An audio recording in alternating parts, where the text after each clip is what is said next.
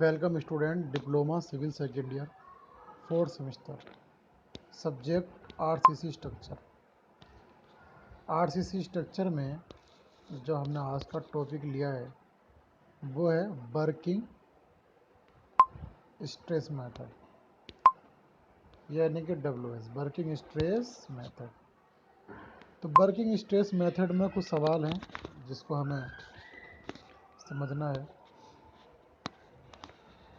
तो ये कुछ एक न्यूमेरिकल है। अभी पहले हम इसके बारे में थोड़ा जो बुक्स है उसके अकॉर्डिंग सवाल करेंगे, तभी इसको समझ पाएंगे। सिर्फ हमें वो सवालों पर ध्यान देना है कि जो सिर्फ एक लाइन के सवाल हैं और जिनका क्वेश्चन एक आसानी से मिल जाता है।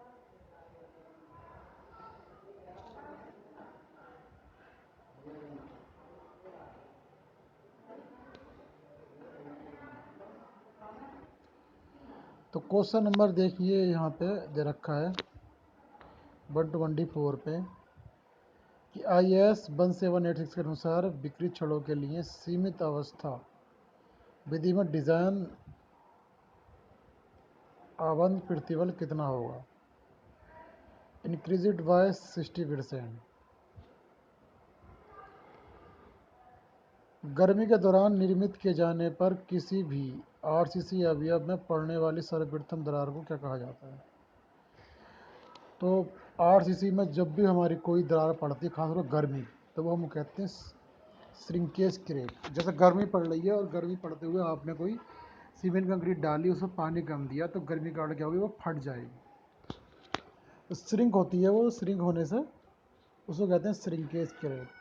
तो ये बहुत वेरी मोस्ट क्वेश्चन है 125 कि what is the very first crack the occurs in the any RCC member, especially if the constructed during the summer। विशेषकर गर्मी के दौरान अगर हम कोई कार्य करते हैं सीमेंट कंक्रीट का, तो आरसीसी अवयव में पड़ने वाली सबसे पहली दरार को क्या कहा जाता है? हम कहते हैं उसको श्रिंकेज क्रैक। हाई तापमान के कारण कंक्रीट की ऊपरी सतह की नमी शीघ्र सूख जाती है, जबकि भीतरी भाग में नमी बनी रहती है। इन आंशिक कठोरीकरण के कारण आरसीसी कंक्रीट मेंबर पे बनी दरारें संकुचन दरारें कहलाती हैं। तराई करने पर कंक्रीट के प्रारंभिक उच्च तापक्रम से निम्न तापक्रम पर आने पर भी कंक्रीट में दरारें उत्पन्न होने लगती हैं।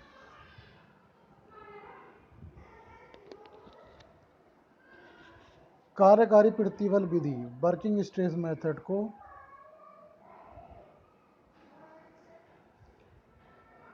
इलास्टिक मेथड भी कहा जाता है। वर्किंग स्ट्रेस मेथड को इलास्टिक मेथड भी कहा जाता है। तो सबसे सिंपल क्वेश्चन यही है कि वर्किंग स्ट्रेस मेथड को हम इलास्टिक यानी प्रत्यास्थ विधि भी कहते हैं। तो वर्किंग स्ट्रेस मेथड में कार्यकारी भारों का आधार माना जाता है और कंक्रीट और इस्पात को प्रत्यास्थ मानकर डिजाइन किया जाता है। प्रत्यास्थ सीमा तक इस्पात और कंक्रीट संयुक्त रूप से कार्य करते हैं और संरचना की विफलता तक प्रतिबल और विकृति में रेखीय संबंध रहता है। दोनों पदार्थ इस्पात और कंक्रीट के बीच बंध पूर्ण माना जाता है, जो हुक के नियम का पालन करते हैं।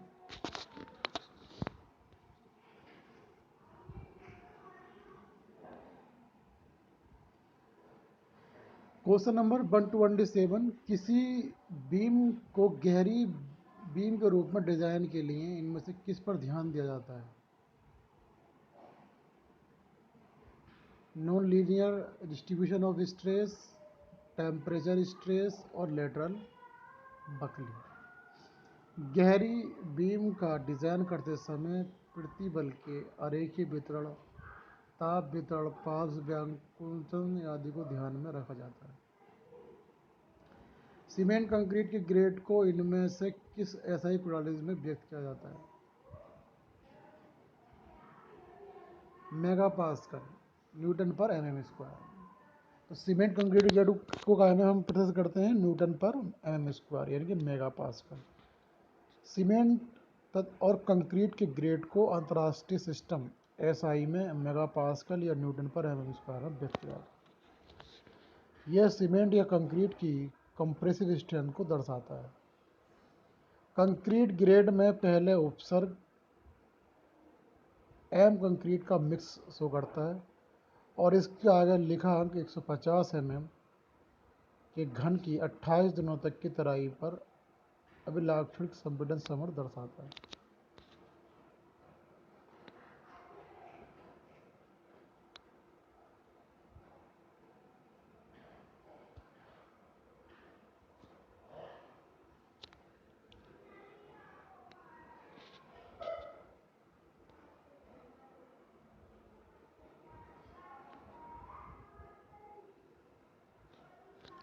क्वेश्चन नंबर 130 पर आइएगा। प्रतिबल विकृति वक्र का ग्राफ प्राप्त करने के लिए स्टील पर किस प्रकार का परीक्षण किया जाता है?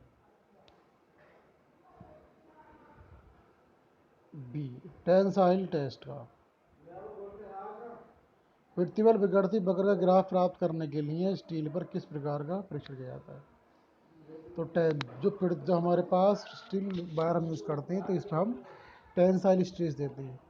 प्रतिबल और विकृति का ग्राफ प्राप्त करने के लिए, स्ट्रेस और स्ट्रेन का ग्राफ प्राप्त करने के लिए स्टील पर टेंसाइल टेस्ट किया जाता है और इस टेस्ट में सबसे परीक्षण मशीन द्वारा स्टील का प्रतिबल विकृति का वक्र का आरेख प्राप्त करने के लिए किए जाते हैं।